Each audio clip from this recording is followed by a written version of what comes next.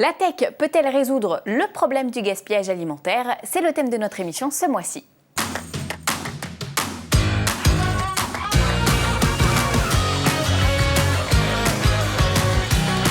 Bonjour à tous et bienvenue dans Business Woman. La tech peut-elle résoudre le problème du gaspillage alimentaire? C'est ce que nous allons voir aujourd'hui avec nos deux invités. Avec moi sur ce plateau, Alexia Desportes-Richard, la co-créatrice de la Fabrique à Popote. Bonjour Alexia. Bonjour Mathilde. Et Aude Camus, la fondatrice de Manger Nu. Bonjour Aude. Bonjour. Alors, mesdames, on a scrollé votre compte Instagram. Ça donne quoi? Eh bien, la réponse en images. Imaginez, vous venez de passer une journée harassante. Il est 20h, vous avez faim et dans votre frigo, rien ou quasi rien. La pénurie de produits frais, tel est le fléau qui s'abat sur les familles actives en panne d'inspiration. Pour soulager les foyers, Alexia Desportes-Richard, la présidente de la Fabrique à Popote, a eu l'idée de créer un complice de cuisine connecté. Son nom ? Popote Duck. Sa mission, créer des recettes sur mesure en tenant compte de vos préférences et de vos contraintes. Le bénéfice est double puisque d'une part vous mangez mieux et d'autre part vous gaspillez moins. Une aubaine quand on sait que le consommateur est le premier gaspilleur de la chaîne alimentaire et que la cuisine du quotidien coûte cher à la planète. Merci Mathilde pour cette jolie présentation. Et oui, on a créé un petit canard intelligent avec lequel on discute et qui effectivement a une petite particularité puisqu'il va faire exactement ce que fait un chef mais à domicile en associant des ingrédients, en tenant compte des contraintes, en tenant compte de ce que vous avez à la maison, du nombre de personnes, des ustensiles, de tout un tas de petites choses auxquelles il faut penser quand on se lance dans une recette. Donc pour aller vite, bien et évidemment gaspiller moins. Aude, je vous propose qu'on passe à votre bio Instagram.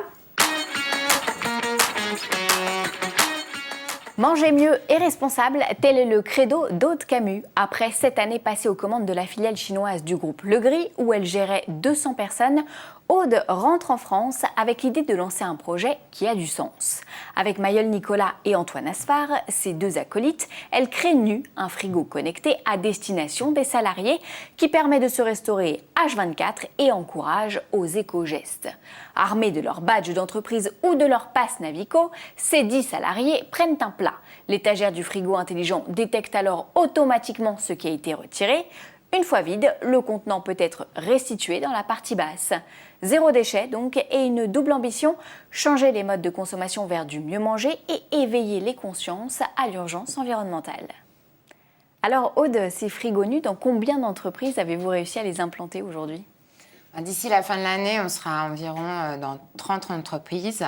Alors, c'est des entreprises de moins de 500 personnes en cantine principale ou placées dans des entreprises plus importantes en complément pour des salariés qui veulent pas forcément manger à la cantine, qui veulent aller faire du sport, arriver un peu plus tard ou qui travaillent tard le soir. Voilà.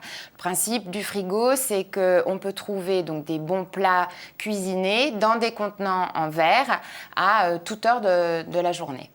Alors l'une comme l'autre, vous êtes sur le zéro déchet et l'anti-gaspillage alimentaire. Je vous propose qu'on poursuive tout ça autour de notre débat.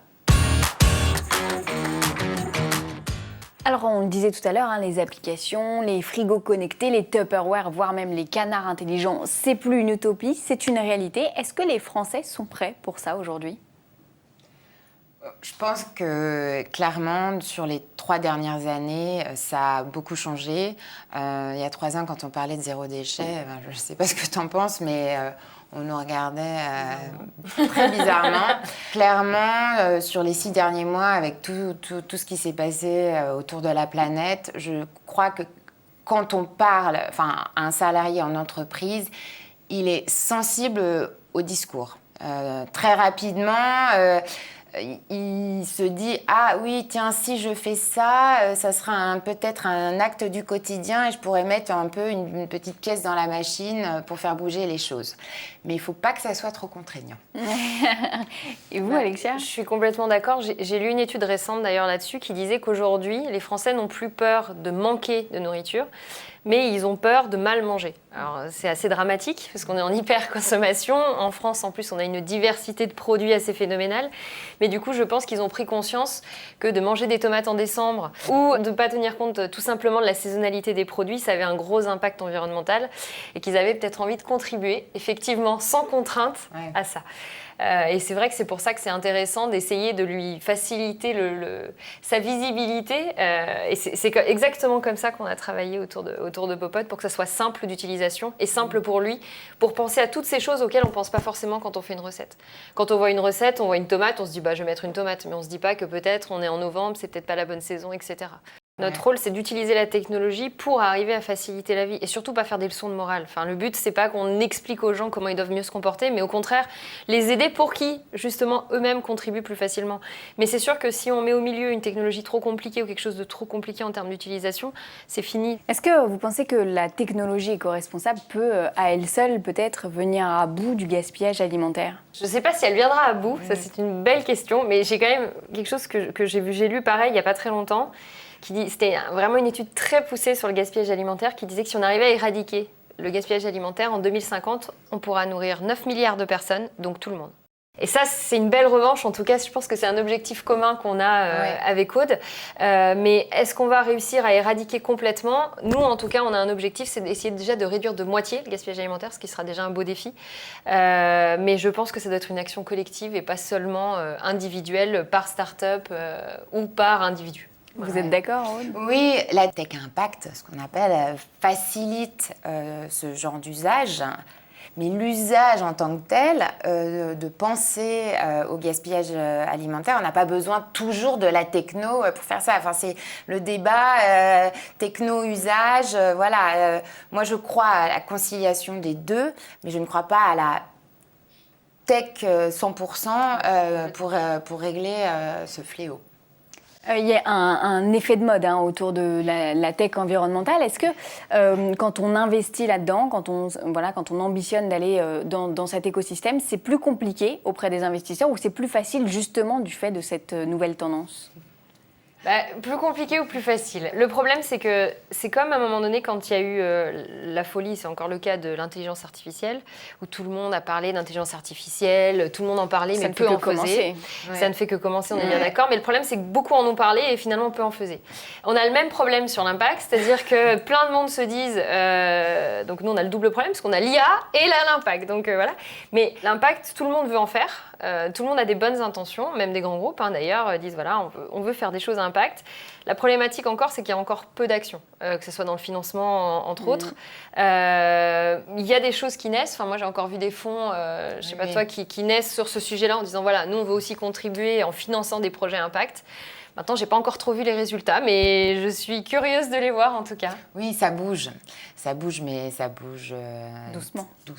Voilà, c'est quand même...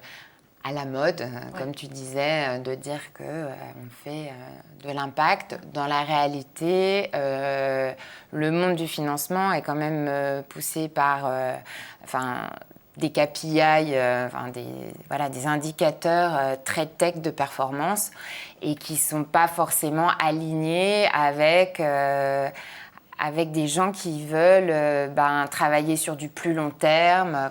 Nous, on est des projets très longs et donc on est un peu, des fois, essoufflés par ce financement qui ne suit pas, quoi. Et le rôle de l'État dans tout ça, parce que, est-ce que vous pensez qu'il pourrait faire plus ? Est-ce qu'il pourrait faire différemment ? Enfin, je sais pas. Moi, je sais qu'en tout cas, en région, localement, je peux parler sur toute la France, mais en région, je sais qu'il y a de plus en plus Vous êtes de Lyon. d'actions, exactement. Nous, à Lyon, typiquement, ils sont en train de créer un fonds dédié, alors pas que Impact, mais en tout cas dédié à l'industrialisation de produits. Donc ce qui nous concerne pour le coup à toutes les deux, pour justement accompagner les projets qui ont un besoin nécessaire et logique d'industrialisation, puisqu'ils ont effectivement vu qu'il y avait des problématiques de financement. Donc ça, c'est plus global. Mais quoi qu'il en soit, je pense qu'effectivement, ça va aussi venir des pouvoirs publics. Mais autant de la BPI que des collectivités locales, que des initiatives nationales, mais aussi locales, puisque là, globalement, c'est de la métropole, en fait. Donc je pense qu'effectivement, ça ne doit pas venir que nous. C'est une action... Ah oui, je pense que une action du gouvernement, des actions fortes du gouvernement, moi, je suis pour. Mais comme toute action un peu dictate, ça peut en réfréner certains. Et donc vraiment, il faut que le collectif et que l'individu en tant que tel se rende compte et fasse une action. Mais Je pense que ça, encore une fois, ça change, ça évolue. Alors, c'est vrai que moi, je suis basée à Paris. C'est quand même, et je côtoie un espèce de microcosme où on parle tous de ça. Voilà, mais je vois bien dans des grandes villes comme Bordeaux, Nantes et compagnie, ça bouge beaucoup. Et en campagne, finalement, c'est relativement plus simple. Je crois que les gens sont très terroirs et font ça finalement sans tech aussi et très naturellement. Mais il y a la notion, je suis d'accord, il faut surtout pas qu'ils imposent. Parce que plus on va imposer, les gens ne veulent pas. Donc quand on avait étudié, pareil, le consommateur, on s'était rendu compte que si on était trop intrusif ou trop à imposer, à donner des leçons, c'était fini. Eh bien, je crois que ce sera le mot de la fin, mesdames. Merci beaucoup pour ce débat. On enchaîne tout de suite avec la Minute Réseau. Et ce message nous vient du MoveJ. L'une des clés de la réussite pour un entrepreneur réside dans sa capacité à s'entourer des bonnes personnes et à frapper aux bonnes portes. Tout au long de l'année, les lauréats du prix Mentorés et Mentors se réunissent et échangent sur leurs problématiques communes. Partager son vécu avec un autre entrepreneur permet aussi de voir que la question du genre n'est pas déterminante, mais permet de développer des richesses. C'est primordial pour prendre confiance en vous et sentir que vous n'êtes pas seul en cas de difficulté. Il faut oser et apprendre à parler des sujets qui vous touchent avec simplicité. Il y a toutes les chances qu'un mentor ait rencontré les mêmes problématiques que vous et puisse vous aider. Alors Aude, Alexia, je crois que vous êtes venue avec un petit coup de cœur et coup de gueule. Alexia, je vous laisse la parole. Alors moi j'ai un petit coup de cœur parce qu'il vient de ce matin. J'ai reçu encore une fois une petite vidéo de canard, puisque sachez que depuis qu'on a fait Popote Duck, on a des peluches de canard, on a des stylos de canard, on a des vidéos de canard. Les gens sont devenus fous de canard. Et j'ai trouvé ça trop mignon parce que c'est des petits stylos qui se parlent et c'est une déclaration d'amour à Popote Duck. Alors merci beaucoup, on adore à la Fabrique à Popote, donc continuez. Voilà. Merci beaucoup Alexia pour ce coup de cœur. Aude, je vous laisse la parole. Alors moi, c'est un coup de gueule avec le sourire. Le financement impacte pas que dans les mots, dans les faits. Il faut des fonds d'investissement pour lancer les startups en early stage, en accélération commerciale et pas que non plus en série A, en série B. Ça bouge, on nous fait pitcher partout dans Paris pour dire que ça bouge, mais on le dit, mais la réalité vraiment des sous, elle est encore un peu loin, donc go, go, go. Merci beaucoup Aude, je crois que le message est passé. Alors voilà, Businesswoman, c'est fini pour aujourd'hui. Merci mesdames d'avoir été avec nous sur ce plateau. Merci Mathilde.